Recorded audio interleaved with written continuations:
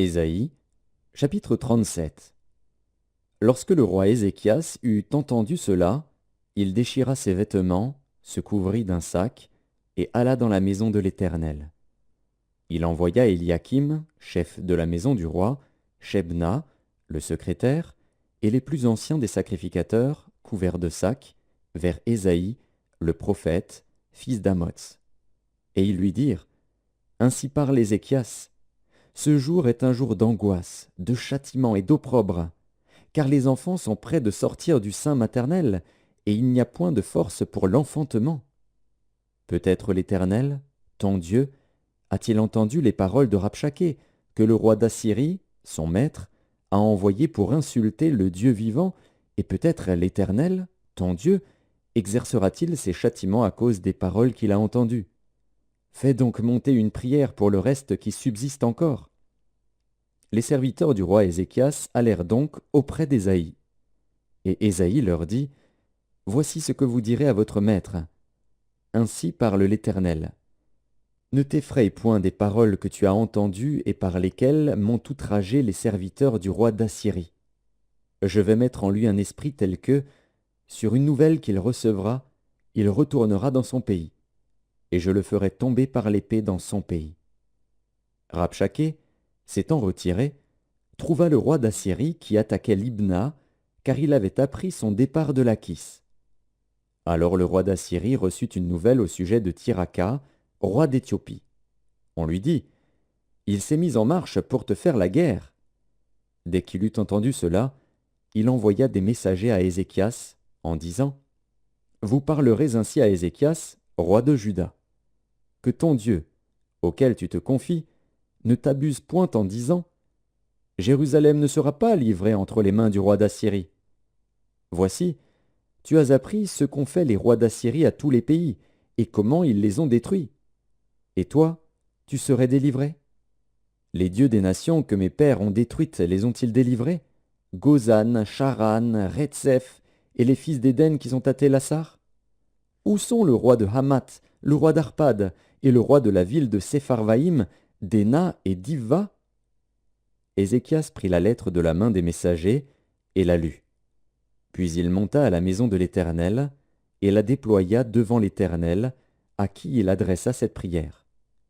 Éternel des armées, Dieu d'Israël, assis sur les chérubins, c'est toi qui es le seul Dieu de tous les royaumes de la terre, c'est toi qui as fait les cieux et la terre. Éternel, incline ton oreille et écoute. Éternel, ouvre tes yeux et regarde. Entends toutes les paroles que Sanchérib a envoyées pour insulter au Dieu vivant. Il est vrai, ô Éternel, que les rois d'Assyrie ont ravagé tous les pays et leur propre pays, et qu'ils ont jeté leurs dieux dans le feu. Mais ce n'étaient point des dieux, c'étaient des ouvrages de main d'homme, du bois et de la pierre, et ils les ont anéantis.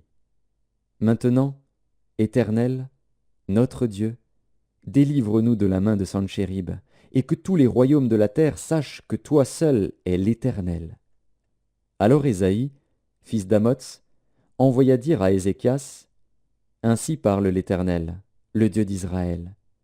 J'ai entendu la prière que tu m'as adressée au sujet de Sanchérib, roi d'Assyrie. Voici la parole que l'Éternel a prononcée contre lui. Elle te méprise, elle se moque de toi, la Vierge, fille de Sion. Elle hoche la tête après toi, la fille de Jérusalem.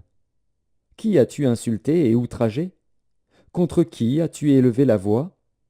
Tu as porté tes yeux en haut sur le sein d'Israël.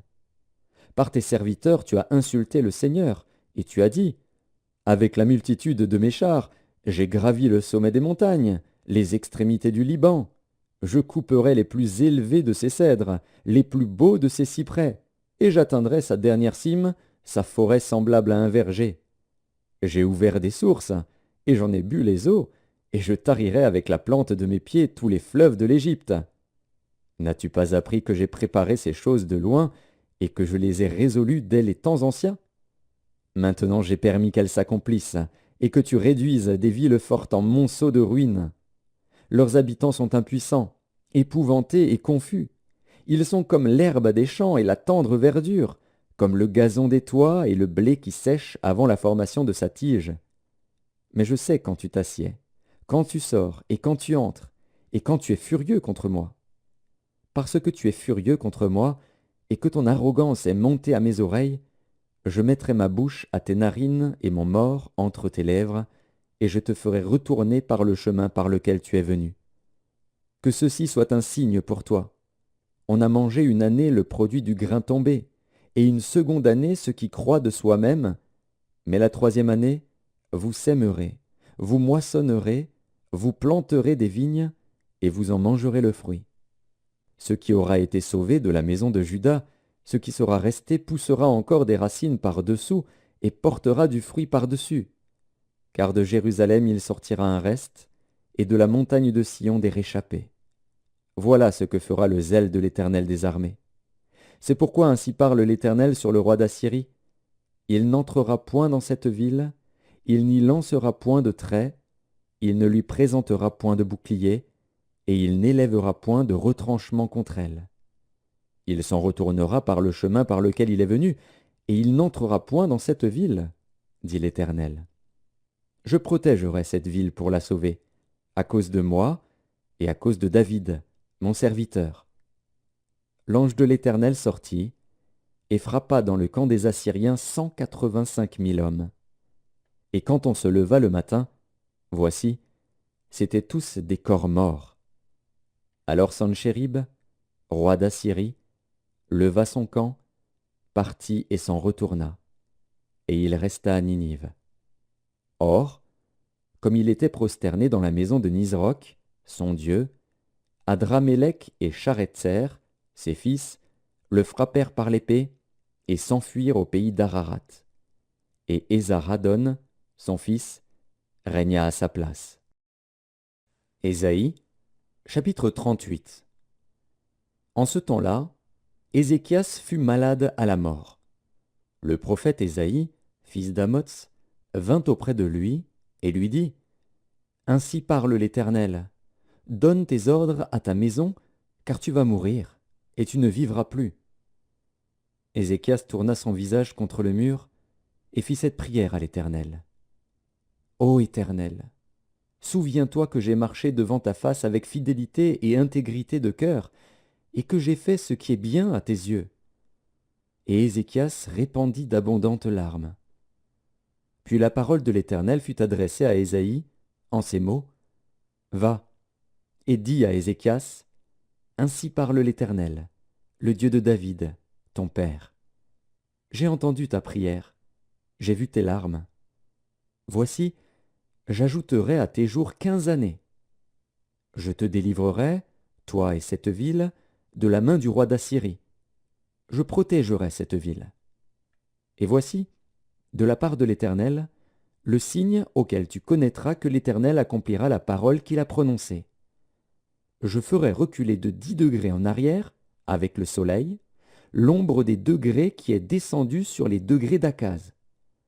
Et le soleil recula de 10 degrés sur les degrés où il était descendu. Cantique d'Ézéchias, roi de Juda, sur sa maladie et sur son rétablissement. Je disais : quand mes jours sont en repos, je dois m'en aller aux portes du séjour des morts. Je suis privé du reste de mes années. Je disais : je ne verrai plus l'Éternel, l'Éternel sur la terre des vivants. Je ne verrai plus aucun homme parmi les habitants du monde. Ma demeure est enlevée et transportée loin de moi, comme une tente de berger. Je sens le fil de ma vie coupé comme par un tisserand qui me retrancherait de sa trame. Du jour à la nuit, tu m'auras achevé. Je me suis contenu jusqu'au matin. Comme un lion, il brisait tous mes os. Du jour à la nuit, tu m'auras achevé. Je poussais des cris comme une hirondelle en voltigeant. Je gémissais comme la colombe. Mes yeux s'élevaient languissants vers le ciel. Ô Éternel, je suis dans l'angoisse. Secours-moi. Que dirais-je ? Il m'a répondu et il m'a exaucé. Je marcherai humblement jusqu'au terme de mes années, après avoir été ainsi affligé. Seigneur, c'est par tes bontés qu'on jouit de la vie, c'est par elles que je respire encore. tu me rétablis, tu me rends à la vie. Voici, mes souffrances mêmes sont devenues mon salut. Tu as pris plaisir à retirer mon âme de la fosse du néant, car tu as jeté derrière toi tous mes péchés. Ce n'est pas le séjour des morts qui te loue, ce n'est pas la mort qui te célèbre. Ceux qui sont descendus dans la fosse n'espèrent plus en ta fidélité. Le vivant, c'est celui-là qui te loue, comme moi aujourd'hui. Le Père fait connaître à ses enfants ta fidélité. L'Éternel m'a sauvé. Nous ferons résonner les cordes de nos instruments tous les jours de notre vie, dans la maison de l'Éternel. Ésaïe avait dit qu'on apporte une masse de figues et qu'on les étende sur l'ulcère, et Ézéchias vivra. Et Ézéchias avait dit, « À quel signe connaîtrai-je que je monterai à la maison de l'Éternel » Ésaïe, chapitre 39. En ce même temps, Mérodach-Baladan, fils de Baladan, roi de Babylone, envoya une lettre et un présent à Ézéchias, parce qu'il avait appris sa maladie et son rétablissement. Ézéchias en eut de la joie, et il montra aux envoyés le lieu où étaient ces choses de prix, l'argent et l'or, les aromates et l'huile précieuse, tout son arsenal, et tout ce qui se trouvait dans ses trésors. Il n'y eut rien qu'Ézéchias ne leur fit voir dans sa maison et dans tous ses domaines. Ésaïe, le prophète, vint ensuite auprès du roi Ézéchias et lui dit, « Qu'ont dit ces gens-là, et d'où sont-ils venus vers toi » Ézéchias répondit, « Ils sont venus vers moi d'un pays éloigné, de Babylone. » Ésaïe dit encore, « Qu'ont-ils vu dans ta maison » Ézéchias répondit, « Ils ont vu tout ce qui est dans ma maison. Il n'y a rien dans mes trésors que je ne leur ai fait voir. » Alors Ésaïe dit à Ézéchias, « Écoute la parole de l'Éternel des armées. Voici, les temps viendront où l'on emportera à Babylone tout ce qui est dans ta maison et ce que tes pères ont amassé jusqu'à ce jour. Il n'en restera rien, dit l'Éternel. Et l'on prendra de tes fils, qui seront sortis de toi, que tu auras engendrés, pour en faire des eunuques dans le palais du roi de Babylone. » Ézéchias répondit à Ésaïe, « La parole de l'Éternel que tu as prononcée est bonne.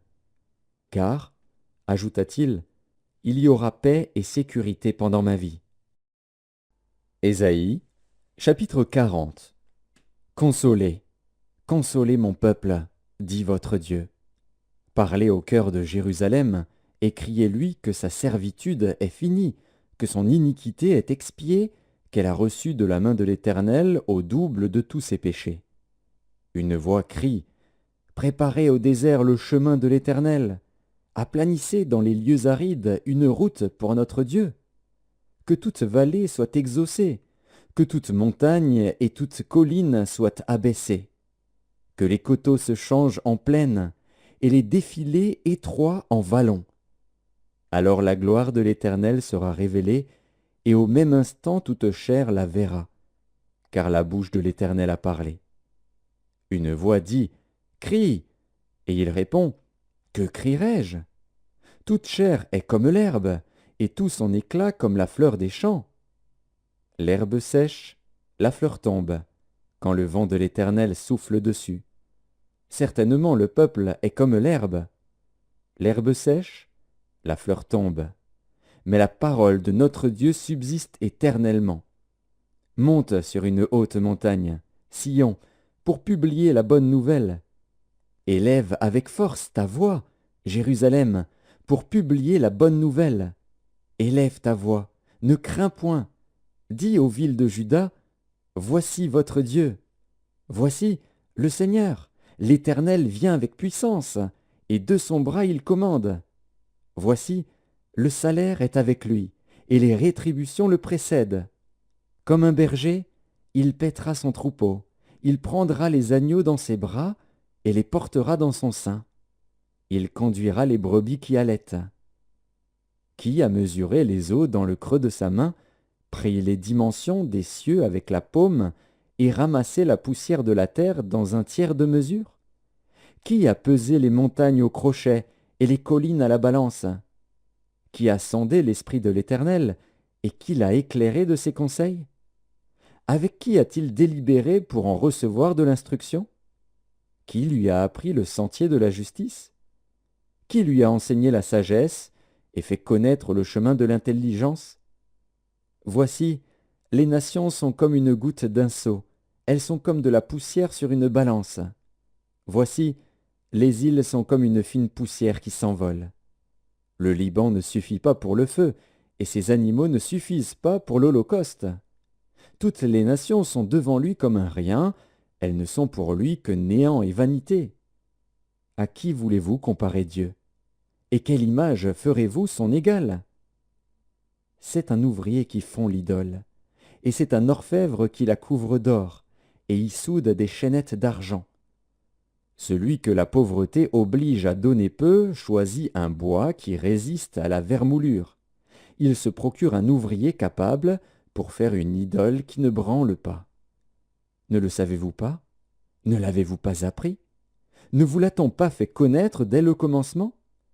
N'avez-vous jamais réfléchi à la fondation de la terre? C'est lui qui est assis au-dessus du cercle de la terre, et ceux qui l'habitent sont comme des sauterelles. Il étend les cieux comme une étoffe légère, il les déploie comme une tente pour en faire sa demeure. C'est lui qui réduit les princes au néant et qui fait des juges de la terre une vanité. Ils ne sont pas même plantés, pas même semés, leur tronc n'a pas même de racines en terre. Il souffle sur eux et ils se dessèchent, et un tourbillon les emporte comme le chaume. À qui me comparerez-vous pour que je lui ressemble? Dit le saint. Levez vos yeux en haut et regardez. Qui a créé ces choses? Qui fait marcher en ordre leur armée? Il les appelle toutes par leur nom. Par son grand pouvoir et par sa force puissante, il n'en est pas une qui fasse défaut. Pourquoi dis-tu, Jacob? Pourquoi dis-tu, Israël? Ma destinée est cachée devant l'Éternel, mon droit passe inaperçu devant mon Dieu. Ne le sais-tu pas? Ne l'as-tu pas appris? C'est le Dieu d'éternité, l'Éternel, qui a créé les extrémités de la terre. Il ne se fatigue point, il ne se lasse point. On ne peut sonder son intelligence. Il donne de la force à celui qui est fatigué, et il augmente la vigueur de celui qui tombe en défaillance.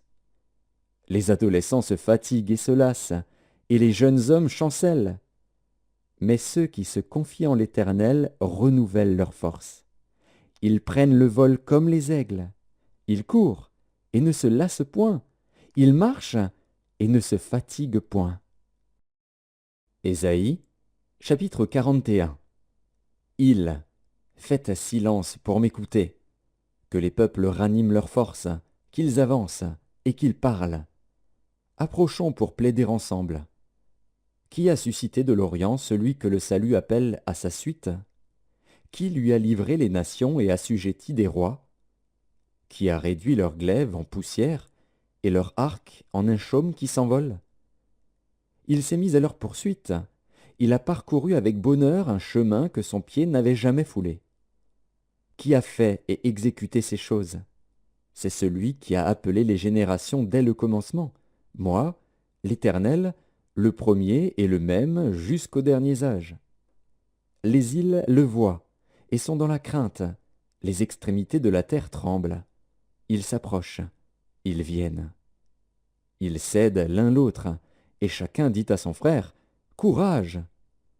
Le sculpteur encourage le fondeur. Celui qui polit au marteau encourage celui qui frappe sur l'enclume.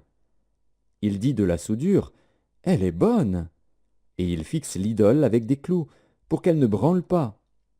Mais toi, Israël, mon serviteur, Jacob, que j'ai choisi, race d'Abraham que j'ai aimé, toi, que j'ai pris aux extrémités de la terre, et que j'ai appelé d'une contrée lointaine, à qui j'ai dit, « Tu es mon serviteur, je te choisis, et ne te rejette point. » Ne crains rien, car je suis avec toi. Ne promène pas des regards inquiets, car je suis ton Dieu. Je te fortifie, je viens à ton secours. Je te soutiens de ma droite triomphante. Voici, ils seront confondus, ils seront couverts de honte, tous ceux qui sont irrités contre toi. Ils seront réduits à rien, ils périront, ceux qui disputent contre toi. Tu les chercheras et ne les trouveras plus, ceux qui te suscitaient querelle. Ils seront réduits à rien, réduits au néant, ceux qui te faisaient la guerre. Car je suis l'Éternel, ton Dieu, qui fortifie ta droite, qui te dit, ne crains rien, je viens à ton secours. Ne crains rien, vermisseau de Jacob, faible reste d'Israël. Je viens à ton secours, dit l'Éternel, et le Saint d'Israël est ton sauveur. Voici, je fais de toi un traîneau aigu, tout neuf, garni de pointes. Tu écraseras, tu broieras les montagnes, et tu rendras les collines semblables à de la balle. Tu les vanneras, et le vent les emportera, et un tourbillon les dispersera. Mais toi, tu te réjouiras en l'Éternel, tu mettras ta gloire dans le Saint d'Israël. Les malheureux et les indigents cherchent de l'eau, et il n'y en a point. Leur langue est desséchée par la soif. Moi, l'Éternel, je les exaucerai. Moi, le Dieu d'Israël, je ne les abandonnerai pas. Je ferai jaillir des fleuves sur les collines et des sources au milieu des vallées. Je changerai le désert en étang et la terre aride en courant d'eau. Je mettrai dans le désert le cèdre, l'acacia, le myrte et l'olivier. Je mettrai dans les lieux stériles le cyprès, l'orme et le buis, tous ensemble, afin qu'ils voient, qu'ils sachent, qu'ils observent et considèrent que la main de l'Éternel a fait ces choses, que le Saint d'Israël en est l'auteur. Plaidez votre cause, dit l'Éternel. Produisez vos moyens de défense, dit le roi de Jacob. Qu'il les produise et qu'il nous déclare ce qui doit arriver. Quelles sont les prédictions que jadis vous avez faites? Dites-le, pour que nous y prenions garde et que nous en reconnaissions l'accomplissement. Ou bien, annoncez-nous l'avenir. Dites ce qui arrivera plus tard, pour que nous sachions si vous êtes des dieux. Faites seulement quelque chose de bien ou de mal, pour que nous le voyions et le regardions ensemble. Voici, vous n'êtes rien, et votre œuvre est le néant. C'est une abomination que de se complaire en vous. Je l'ai suscité du septentrion, et il est venu. De l'Orient, il invoque mon nom. Il foule les puissants comme de la boue, comme de l'argile que foule un potier. Qui l'a annoncé dès le commencement, pour que nous le sachions, et longtemps d'avance, pour que nous disions « c'est vrai ». Nul ne l'a annoncé, nul ne l'a prédit, et personne n'a entendu vos paroles. C'est moi le premier qui ai dit à Sion « les voici, et à Jérusalem, j'envoie un messager de bonnes nouvelles. Je regarde, et il n'y a personne, personne parmi eux qui prophétise, et qui puisse répondre, si je l'interroge. Voici, ils ne sont tous que vanité, leurs œuvres ne sont que néant, leurs idoles ne sont qu'un vain souffle. Ésaïe, chapitre 42. Voici mon serviteur, que je soutiendrai, mon élu, en qui mon âme prend plaisir. J'ai mis mon esprit sur lui. Il annoncera la justice aux nations. Il ne criera point, il n'élèvera point la voix, et ne la fera point entendre dans les rues. Il ne brisera point le roseau cassé, et il n'éteindra point la mèche qui brûle encore. Il annoncera la justice selon la vérité. Il ne se découragera point et ne se relâchera point, jusqu'à ce qu'il ait établi la justice sur la terre, et que les îles espèrent en sa loi. Ainsi parle Dieu, l'Éternel, qui a créé les cieux et qui les a déployés, qui a étendu la terre et ses productions, qui a donné la respiration à ceux qui la peuplent, et le souffle à ceux qui y marchent. Moi, l'Éternel, je t'ai appelé pour le salut, et je te prendrai par la main, je te garderai, et je t'établirai pour traiter alliance avec le peuple, pour être la lumière des nations, pour ouvrir les yeux des aveugles, pour faire sortir de prison le captif, et de leur cachot ceux qui habitent dans les ténèbres. Je suis l'Éternel, c'est là mon nom, et je ne donnerai pas ma gloire à un autre, ni mon honneur aux idoles. Voici, les premières choses se sont accomplies, et je vous en annonce de nouvelles. Avant qu'elles arrivent, Je vous l'ai prédit. Chantez à l'Éternel un cantique nouveau. Chantez ses louanges aux extrémités de la terre. Vous qui voguez sur la mer et vous qui la peuplez, îles et habitants des îles. Que le désert et ses villes élèvent la voix. Que les villages occupés par Kédar élèvent la voix. Que les habitants des rochers tressaillent d'allégresse. Que du sommet des montagnes retentissent des cris de joie. Qu'on rende gloire à l'Éternel, et que dans les îles on publie ses louanges. L'Éternel s'avance comme un héros, il excite son ardeur comme un homme de guerre. Il élève la voix, il jette des cris, il manifeste sa force contre ses ennemis. J'ai longtemps gardé le silence, je me suis tu, je me suis contenu. Je crierai comme une femme en travail, je serai haletant et je soufflerai tout à la fois. Je ravagerai montagnes et collines, et j'en dessécherai toute la verdure. Je changerai les fleuves en terre ferme, et je mettrai les étangs à sec.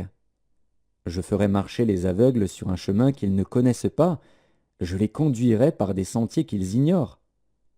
Je changerai devant eux les ténèbres en lumière, et les endroits tortueux en plaine. Voilà ce que je ferai, et je ne les abandonnerai point. Ils reculeront, ils seront confus, ceux qui se confient aux idoles taillées, ceux qui disent aux idoles de fonte, « Vous êtes nos dieux !» Sourds, écoutez, aveugles, regardez et voyez. Qui est aveugle, sinon mon serviteur, et sourd comme mon messager que j'envoie? Qui est aveugle, comme l'ami de Dieu, aveugle comme le serviteur de l'Éternel? Tu as vu beaucoup de choses, mais tu n'y as point pris garde. On a ouvert les oreilles, mais on n'a point entendu. L'Éternel a voulu, pour le bonheur d'Israël, publier une loi grande et magnifique. Et c'est un peuple pillé et dépouillé. On les a tous enchaînés dans des cavernes, plongés dans des cachots. Ils ont été mis au pillage, et personne qui les délivre. Dépouillés, et personne qui dise « Restitue ». Qui parmi vous prêtera l'oreille à ces choses? Qui voudra s'y rendre attentif et écouter à l'avenir? Qui a livré Jacob au pillage et Israël au pillard? N'est-ce pas l'Éternel? Nous avons péché contre lui. Ils n'ont point voulu marcher dans ses voies, et ils n'ont point écouté sa loi. Aussi a-t-il versé sur Israël l'ardeur de sa colère et la violence de la guerre. La guerre l'a embrasé de toutes parts, et il n'a point compris. Elle l'a consumé, et il n'y a point pris garde.